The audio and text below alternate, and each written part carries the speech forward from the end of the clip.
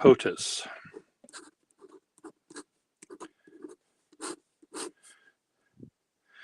Let's abbreviate this. It's POS. How about that? That's a better term. Anyway, what is he doing? Donald J. Trump, who swore to defend the Constitution of the United States. There are three, count them, three branches of government. You have the White House is over here.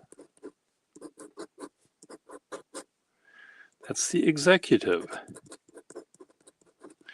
Then you have the Congress and the Senate.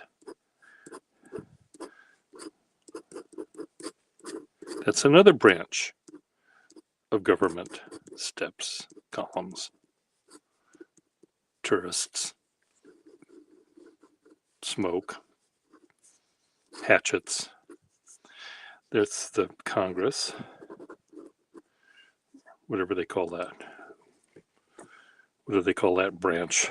Executive. And then there's the law. Here's Supreme Court, but they all look alike. So I'm just going to make, what are we going to call that? Is that going to be, that'll be the blind justice with her scales.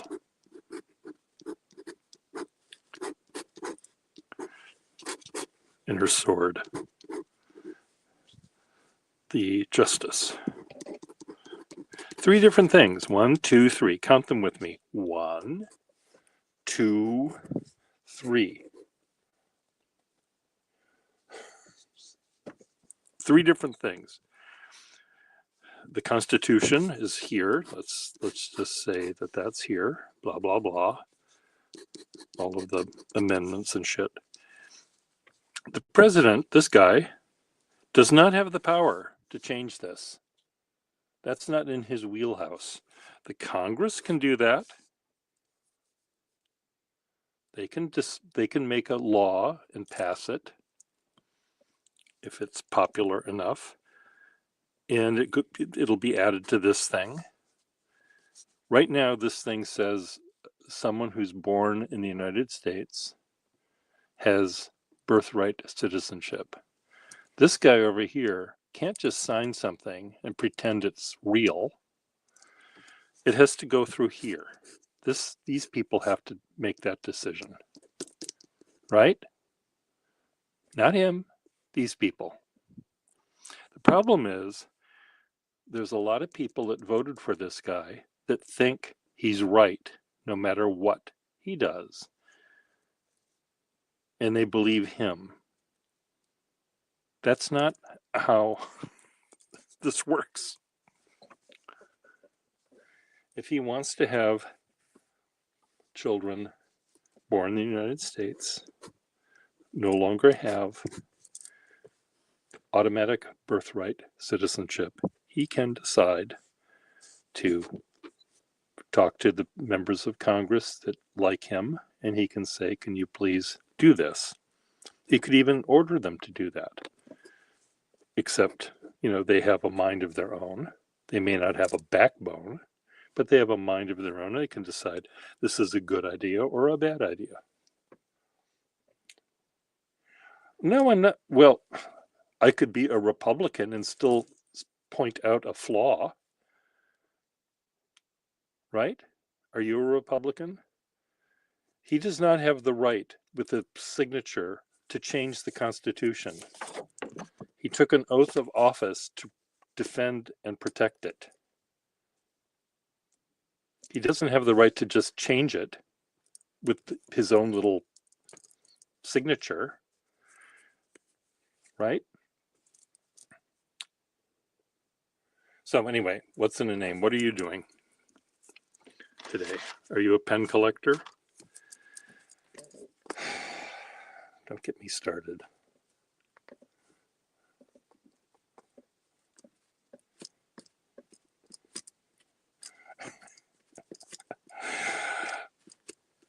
I am a signature expert. It's so scary. My signatures tend to be I can always tell if I've written something, even if I'm pretending to be someone else. I like handwriting. I like different handwriting. I'm not an expert in deciding that if you have handwriting like this, you're an egotist or a murderer or anything like that. But I love different handwriting, and this is an example of one of the books I have that I really like. It's a guest book, upside down guest book from a guest house somewhere. And I love looking at all of the different kinds of handwriting that people had. And it's really, really great.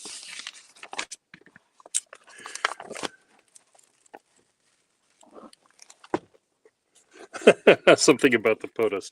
So, what's in a name from Colorado? You do understand how upset everyone should be in the United States that this guy is deciding to rewrite the Constitution all by himself. Wouldn't that upset you? Or do you think that we're done with this?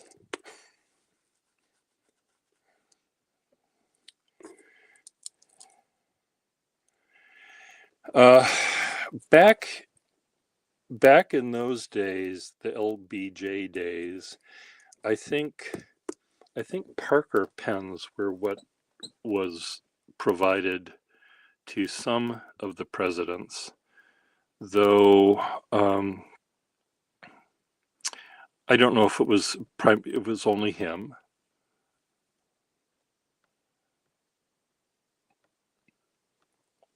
So anyway, what's in a name? What is your first name? What's in a name? Can I ask you that? I'll write your name pretty if I can.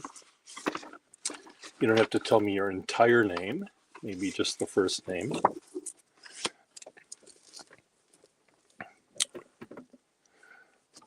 Andrew, you just commented on stub nibs on an earlier video I had. With the exception of just a very few, all of the stub nibs I have are vintage pens that were created to have a stub nib.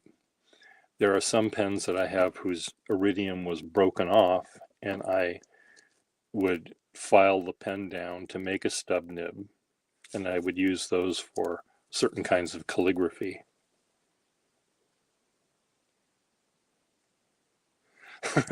Yes, maybe. It may be.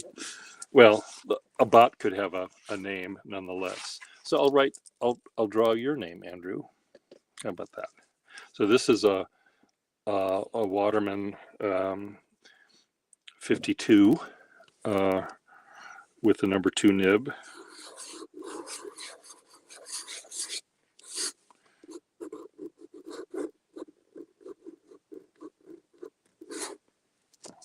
Andrew, look at that. This is a broad, I would call this a broad pen. Stub nibs, I know you know this, but stub nibs are, here's the nib. If you go in this direction, it'll make a fat line. And if you go in that direction, it makes a thin line. And the thick and thin using this pen happens with pressure and rather than direction. Andrew, would you like to join me live, face to face? Your voice chatting away as we chat about. So anyway, back to the POTUS or the POS. Make it easy. There are certain things that each part of our government are deal with. The present POTUS seems to think he can do their job and their job. When they say, no, you can't do this, he doesn't care.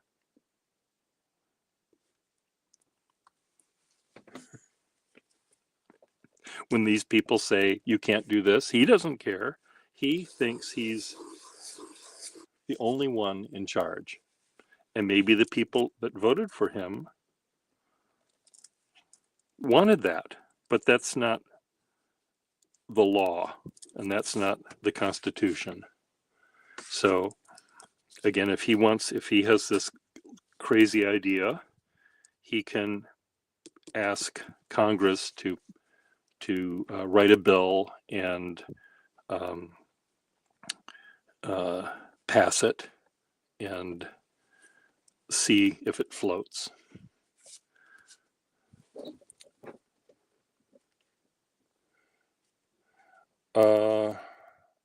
What do you teach?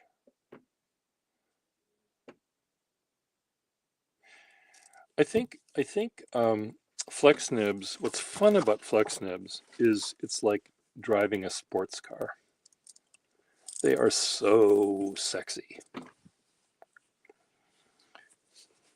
They move and they do things that you want them to do. A stub nib or an architect nib are shaped in such a way that you have to hold them. Your actual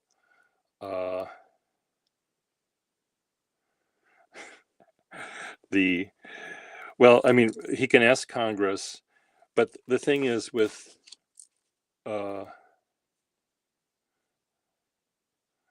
D'Angelo,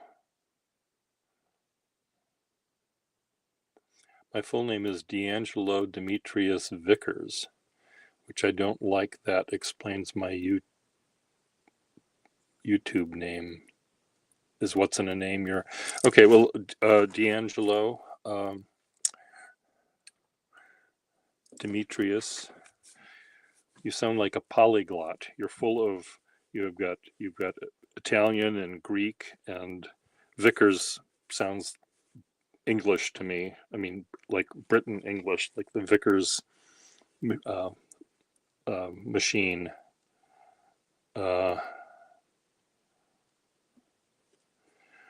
Well, what's wrong with Demetrius? Okay, D'Angelo.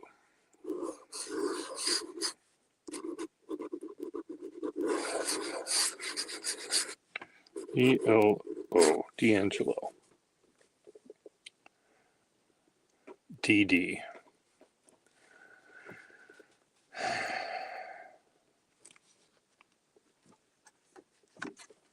Yeah, the name is quite fun. So anyway, back to we can switch, we can multitask, we can talk about politics in between talking about stub nibs. The thing about a stub nib or an architect nib, especially a stub nib, is you have to hold the pen in such a way that both fat edges of the nib have to be in contact. So if you slightly, rotate your hand, it'll start skipping. And the skipping is something I hate in a pen. So there are ways where I can sort of imitate what a stub nib can do by carefully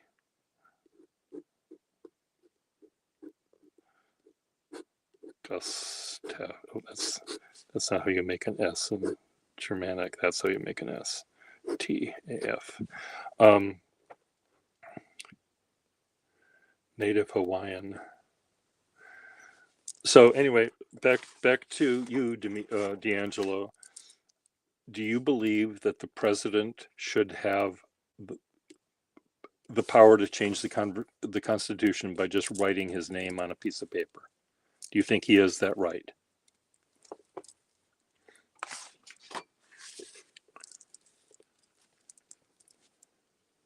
He doesn't have that right by the rules of our government at the moment, but do you think he should have that right? Hey, Kesh. Just so I can write them. Oh, Kesh. I remember Gunther Arthur. He will probably show up now that you mention his name.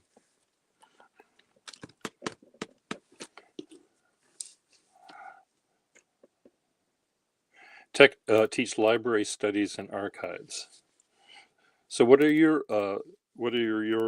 views, Andrew, on uh, banning books? What are your thoughts? Yes, yes, that would make him a king. Todd, I decided to change POTUS to just POS. It's just easier to write.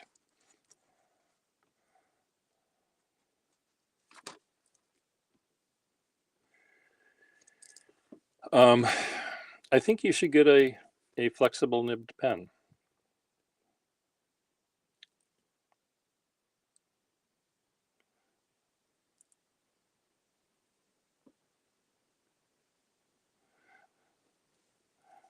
Uh, well, Gunther is, I think that it's been around for a while, and there might be uh, reasons for a family to use that name. Creed, on the other hand, I don't know. Yeah, intellectual freedom is the right way to go. Andrew. So, Andrew, where do you live? Did you answer that before?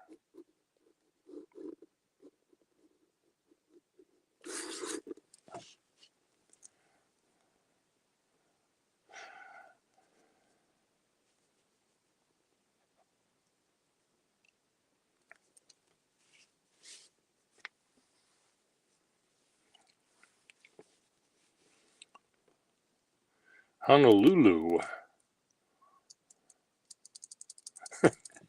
Well, Pier is a name that um, I think it only sounds like an old man's name because it's my name and I'm an old man. But I have yet to meet another Pier, so it's not a very common name. So I don't think people automatically think of a time when that was a common name because it never was.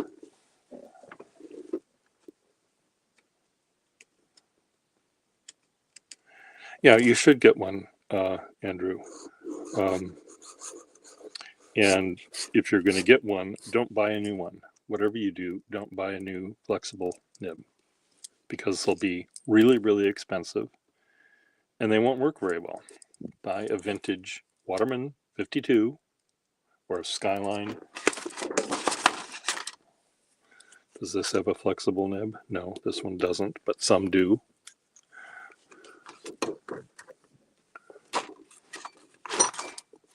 This one does. You grew up in Minneapolis, so that's where I'm from.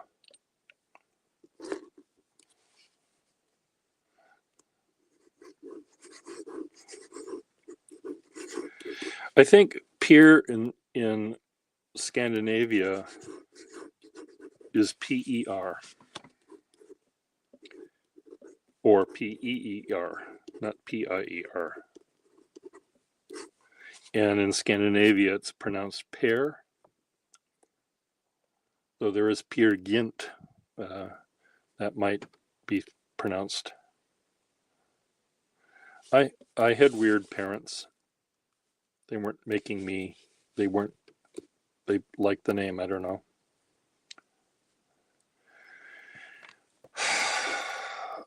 I never really did ask them.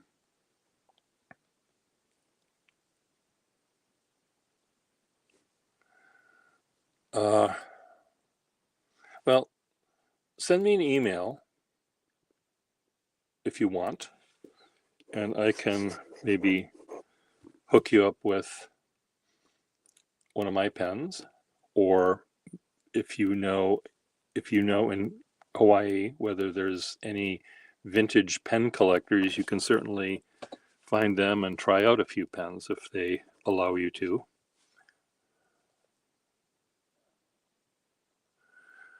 I may have out of curiosity. They may have told me. I did ask them why my middle name is Scott, and or maybe ask my grandmother why my middle name was Scott. And there was a store in Chicago called Carson Peary Scott, and it was a sort of a department store like Macy's or Bloomingdale. Well, Bloomingdale's isn't so much department, like Macy's. Carson Peary Scott, but it was Pierie rather than Pier. But anyway, Pier Scott. I think I like that name. Well, if you can, ask them at the next meeting, or if you can ask them in advance of the next meeting, to bring vintage pens from the 20s or 30s, teens, 20s or 30s, and ask them, especially if they have flexible nibs, because you'll find out just how much fun they are to play with.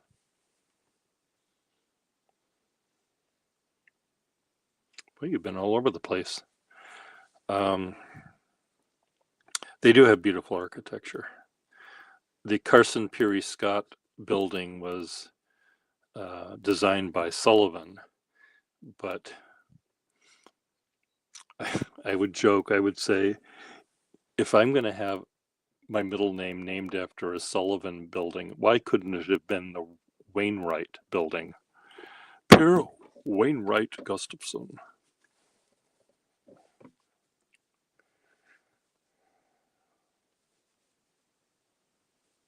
So, Andrew, you don't want to join me live? What, are you still up late, or what time is it in Hawaii right now? Hawaii.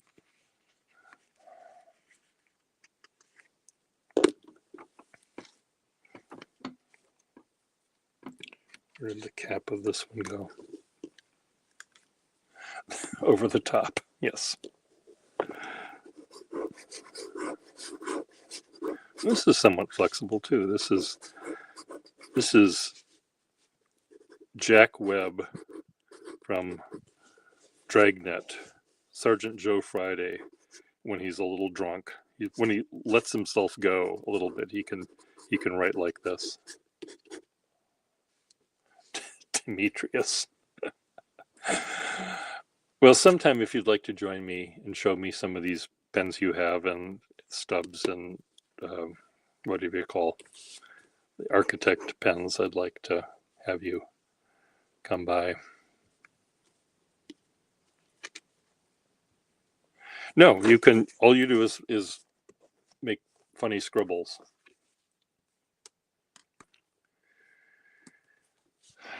Well, he's Pacific time, even though the Pacific is huge. He must have his time zone of his own. It must be Hawaiian time, I guess.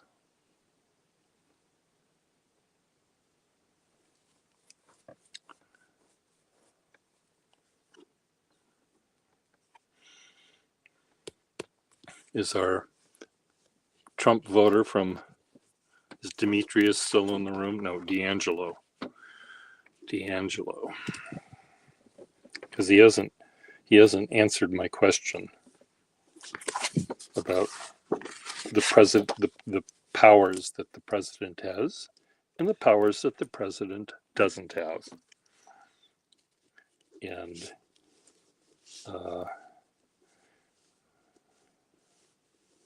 time zone of his own. It does sound like a fun movie title, or just a way to describe people. Oh, have you met John yet? Oh my God, he has a time zone of his own. My question, D'Angelo, is according to the Constitution, the government is divided into three separate and distinct parts. This person is in control of one part, but we'll call it a third. These people are in charge of another part. Let's call that a third, and this is part. Let's call that a third. They're all separate, and they do their job. They're distinct jobs. They might do them well, they might do them badly, but they're in charge of what they're supposed to do. Do you think this person that's in this job should do his job, or do you think he should also do their jobs? That's the question. And there's a follow-up after that.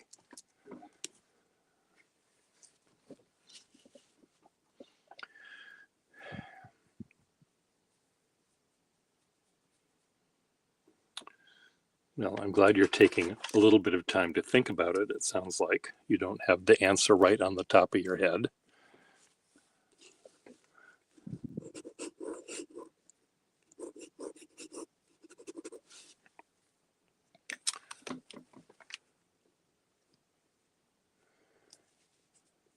You think he should stick to his job? Well, that's the correct answer. He should do what is in his job description. He's my employee. He's my employee. He's your employee. He's Todd Merrill's employee. He works for us. I think I should be able to tell him, we all should be able to tell him, you were hired to do this job. You're not hired to do Sally's job over there. You're hired to stock the shelves. You're not in charge of selling them. You're not in charge of buying them. You're not in charge of deciding what hours were open. That's not your job.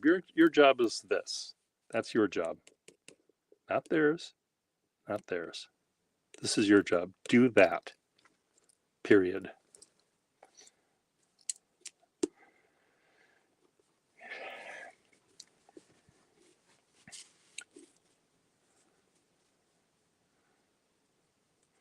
Yeah, I know. It's just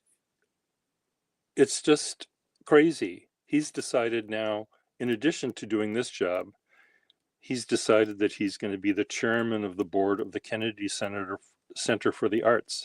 He doesn't know anything about art. Fire all the people that know stuff about art, and then have his vice president's wife, who probably wouldn't know a symphony if she tripped over it, be in charge. Another thing they're doing, Elon is doing, he's going into the United States military records, the history of the United States, and he's removing, just taking off, erasing from the websites, in some cases, in two cases anyway, two people that won the Medal of Honor, Legion of Honor, whatever it is, for heroic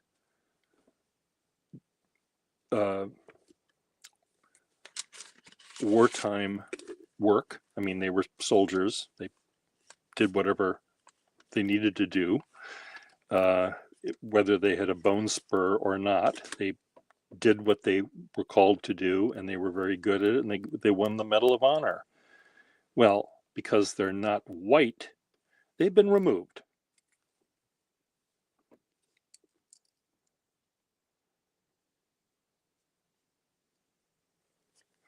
What do I like about Trump?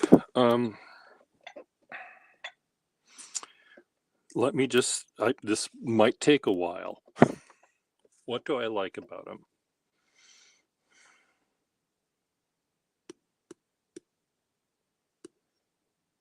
Do I like that he has a gold toilet? No. I mean, it doesn't bother me that he has a gold toilet. I don't dislike that about him. What do I like about him?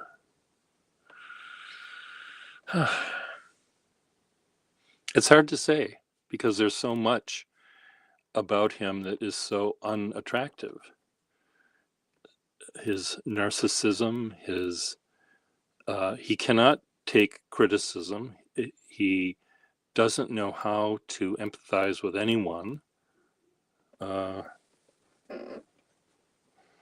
Yeah, that might be one good thing. I did reread how the Constitution works because I knew that he was doing something wrong.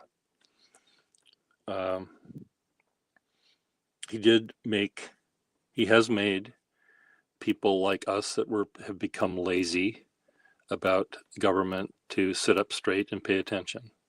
So yes, that's a good thing.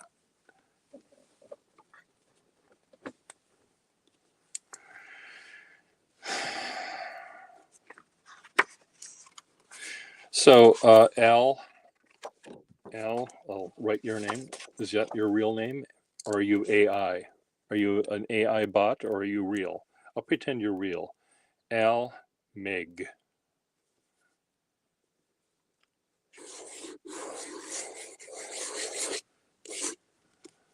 Al. There's Al.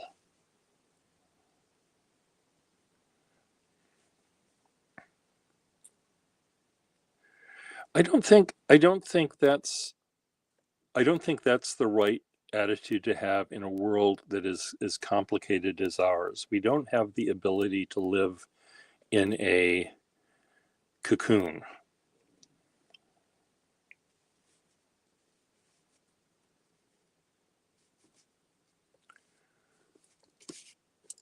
And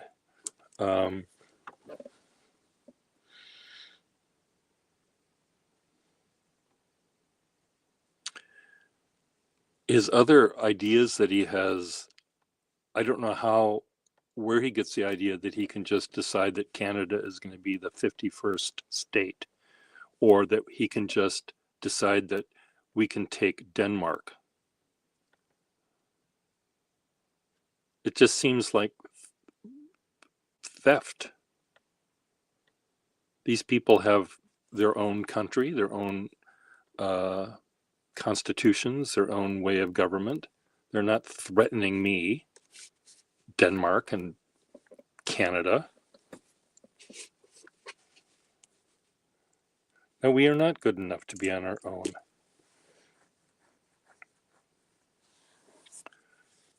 The world, if suddenly there was a wall around the United States, we wouldn't know what to do.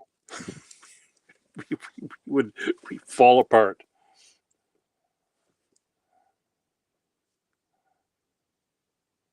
Oh, Greenland. I'm sorry, Greenland. I misspoke. I made a mistake, people. I never said Denmark, people. It was only Greenland. That's all I want. Green. It's green. I'm going to make it green again. I know it's white. It's covered with snow. I'm going to make it green. It's going to be a beautiful golf course. It's going to be Trump International. It won't be international because it'll be part of the United States. The Trump Continental Golf Course. 25,000 holes. It's all going to be, it's beautiful, beautiful people. Right? Is that how it's going to work?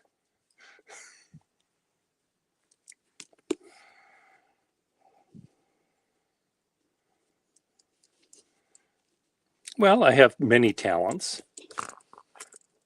I can mimic, I can sing, I can play the ukulele badly, I can calligraph relatively well.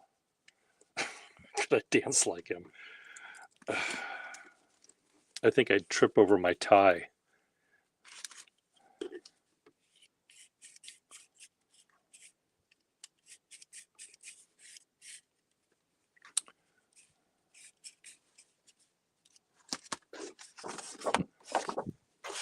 Okay, so do you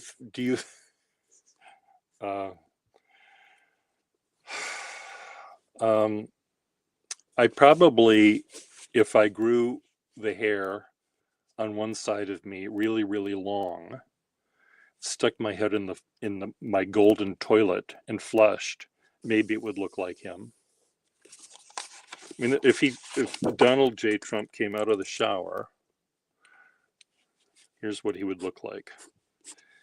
I won't bother to, well, I will bother to draw the rest of him. Here he is. Here's his belly button. Here's his teats.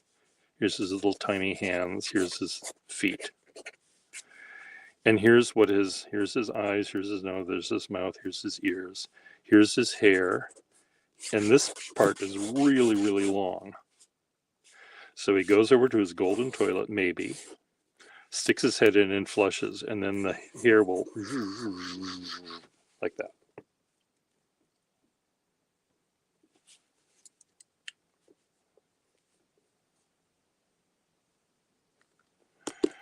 Hey, John Matthias. John.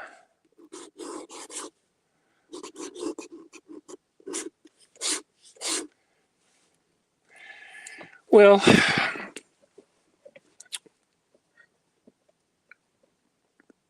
at one point we did go west, young man, take over, get rid of those Indians, get rid of those Native Americans, make a treaty with them, and then break it and move them further and further into a little tiny spot here or there, and then take the rest. I don't know whether we have the need to take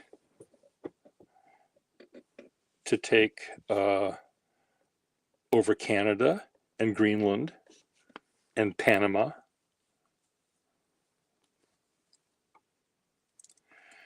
Am I live every Monday? I don't have, one of the things that I don't have is a schedule. I don't have to go to work. It's not that I have money. I'm terribly broke, but I don't have a 9-to-5 job. So sometimes I'm live on Monday, sometimes I'm not.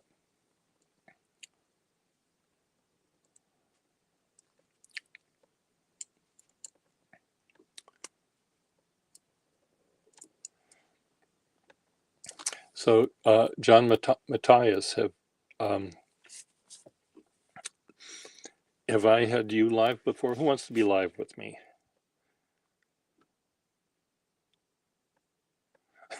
That's true. He would make sure that the Canada has only one electoral vote.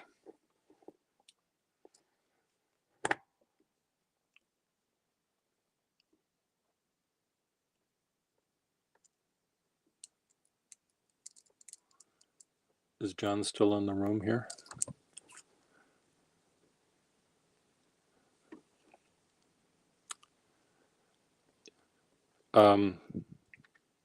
It's been a long time since we have had you live, and why is my brain cell not remembering?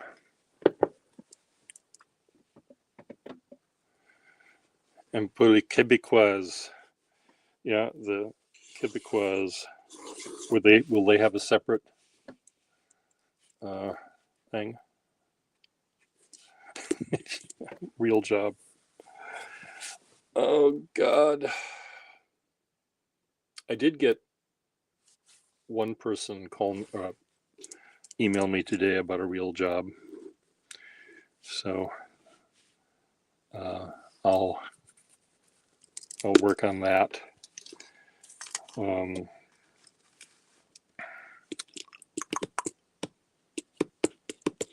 Spring break.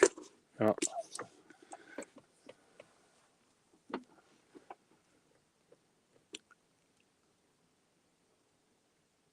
So Andrew, do I pronounce your last name Wertheimer, or do I say Wertheimer or Wertheimer? Is it like the newscaster lady? What was her first name?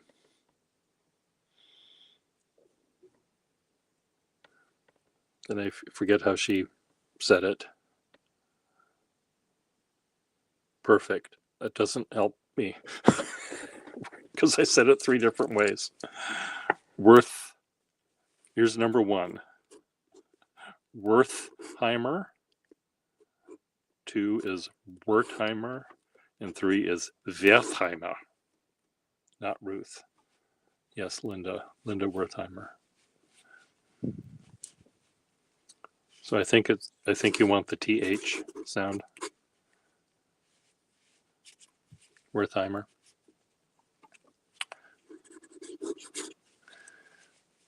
Half German. Number 2. Oh. I forget what number. Well, that wasn't the German. So Wertheimer.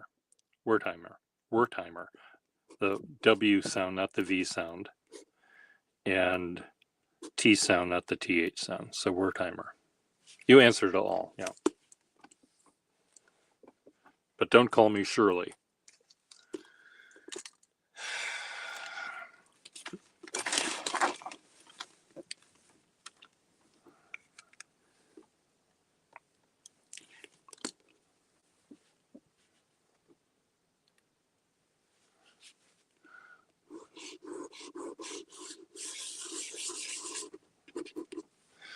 And when you're on the mood, and she is in the mood. Und? Not Laverne or Shirley. I watched a fun documentary yesterday called The Man Who Never Was. Or is that the name of the movie with Clifton Webb in it? It was called, the documentary was called Operation Mincemeat. And the movie that starred Clifton Webb was called The Man Who Never Was. And it was about a crazy,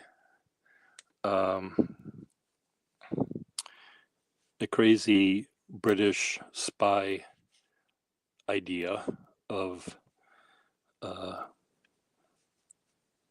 finding a dead man, strapping a briefcase to his arm that had some sensitive secret papers in it, and then dumping him off the submarine and floating to shore, which happened. And the Germans opened up the briefcase and discovered that the Allies were going to not attack Sicily, but attack Greece. And so they moved eventually they realized that this is real, even though it wasn't. They believed it, and they moved all sorts of tanks and people over to Greece to get slaughtered. Meanwhile, Sicily was invaded. So, Westheimer.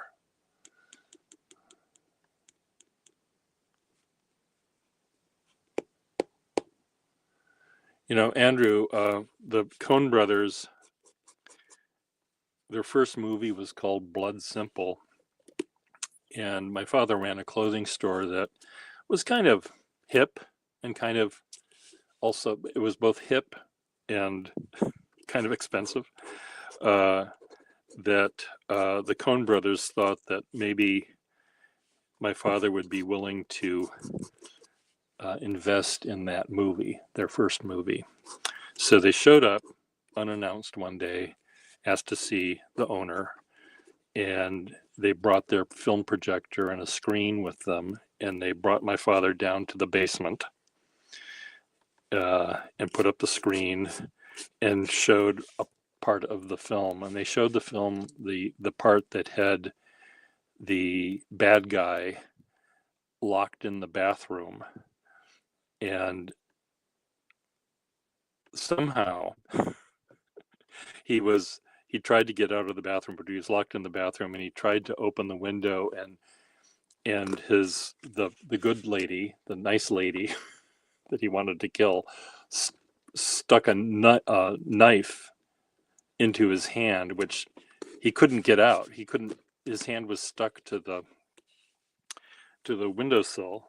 So he starts shooting the door, and this woman is in the dark, and you see these little pinholes of light coming through the dark scene. Anyway, my father was so freaked out. He didn't run out of the room, but he's very squeamish, my father, and he didn't invest in the Coen brothers, which is too bad.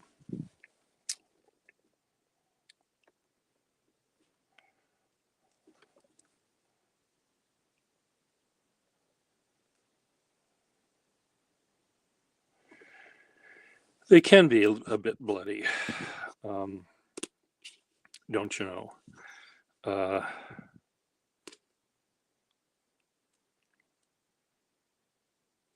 Anyway.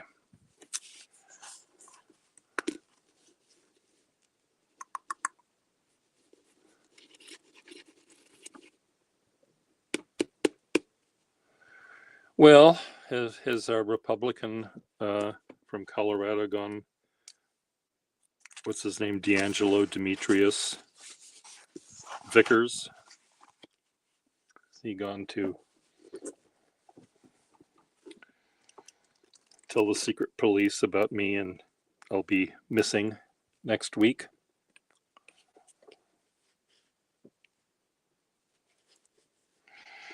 Yeah, it was a random, fascinating thing. Yeah, blood oofta. And my father was he didn't like pain, he didn't like blood, and was squeamish. And that's a very scary part of that movie. I've inherited his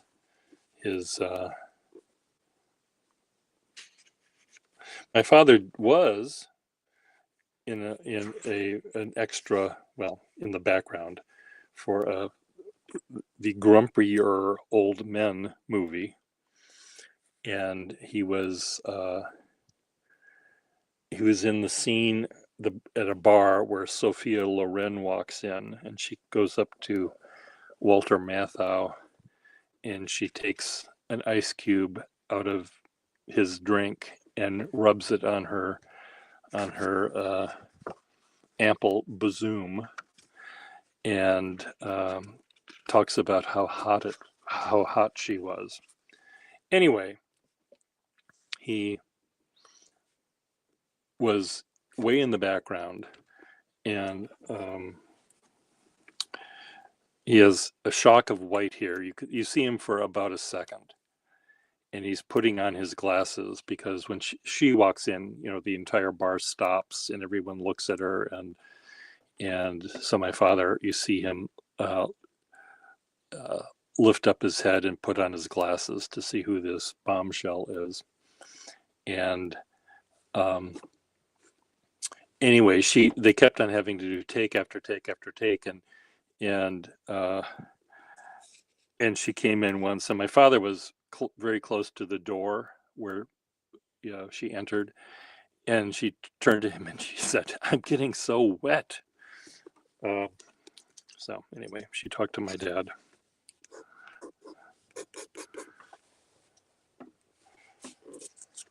The end of that story.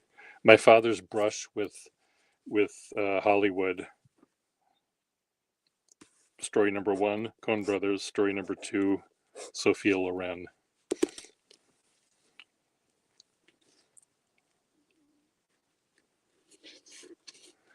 Yeah, those film noir, they knew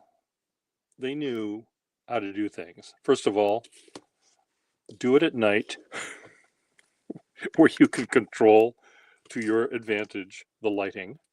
It's hard to control the lighting when it's at noon. The sun is bright.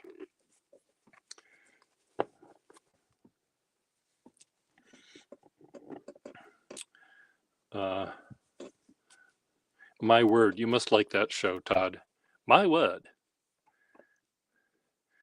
That British sort of quiz show. It only had the same 4 people answering the questions, so it wasn't really a quiz. Though they did have winners, so it was a quiz, but it wasn't for mere mortals. It was my word. And Scott James, Nigel, I don't know, what are the names of them? It's been so long since I've heard them. But what a fun show that was.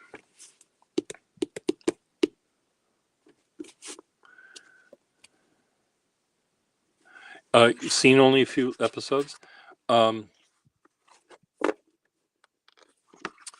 My Word. It was a radio show. at least the ones I know, were radio shows. So maybe they televised them as well, or maybe they ended up televising them.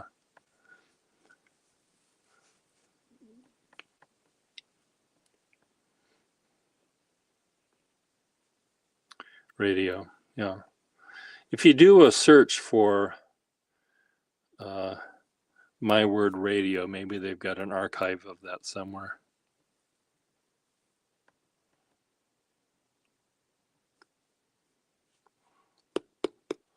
Funny show. Well, Andrew, yeah, NPR, and they used to play them here in Boston on WGBH, or rather WBUR would do it. And I think I heard them in Madison when I was in graduate school there.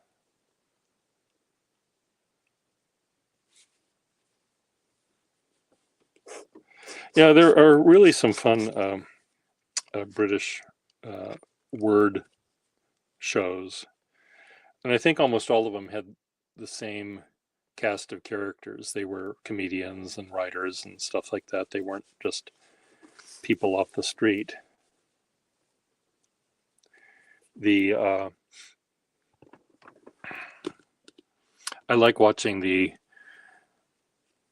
crime shows, the forensic kind of things, and the British ones, Murder in Our Village or things like that. And I swear the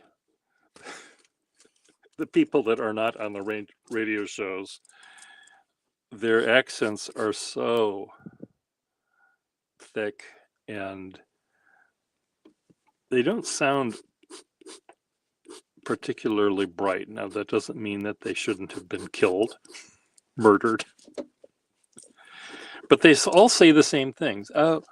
She was so bubbly, and she would do anything for anyone. Or the other ones, they always start out with, "Oh, this is a quiet town. Nothing ever happens there. Everyone knows everyone else." Well, no. 1 minute later, someone's murdered, and no one knows who it is. So, yeah, State Street, Paul's Bookshop. I was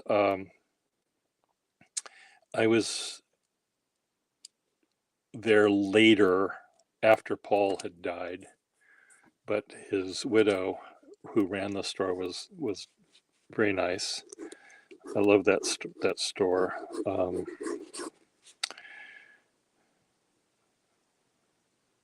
There's, among the many bars I went to, there was Paul's Club. I think it was called Paul's Club, and that one had a tree on the inside, an actual tree that was no longer living, but it had its branches and it went up to the ceiling, and I thought that was neat. But the 602 Club, in their logo underneath, their tagline was "House of Sparkling Glasses."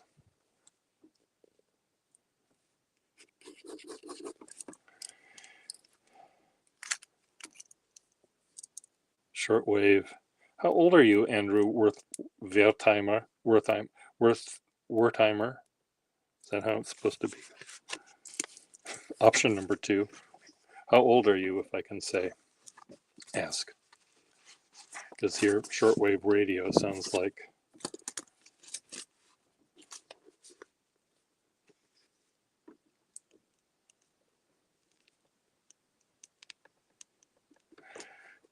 Abel's book, I remember that, I think. God, I dream about those bookstores from time to time.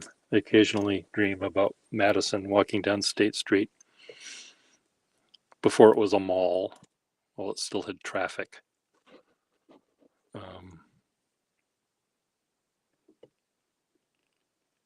You're in your 50s.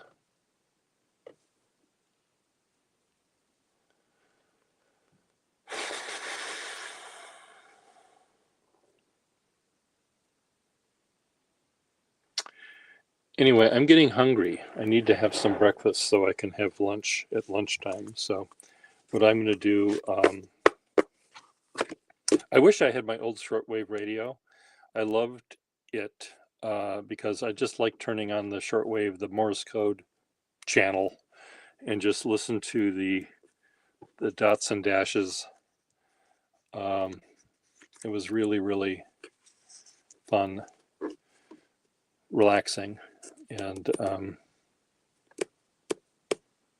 wonder if I can find a YouTube channel that just has shortwave radio dots and dashes Morse code on it, so I can go to sleep with that. Anyway, Andrew, let's plan a time when you and I can hang out together and play with pens, and tell funny stories and talk about POTUS, or as we call it, POS. Just so much easier. POS. Bye-bye.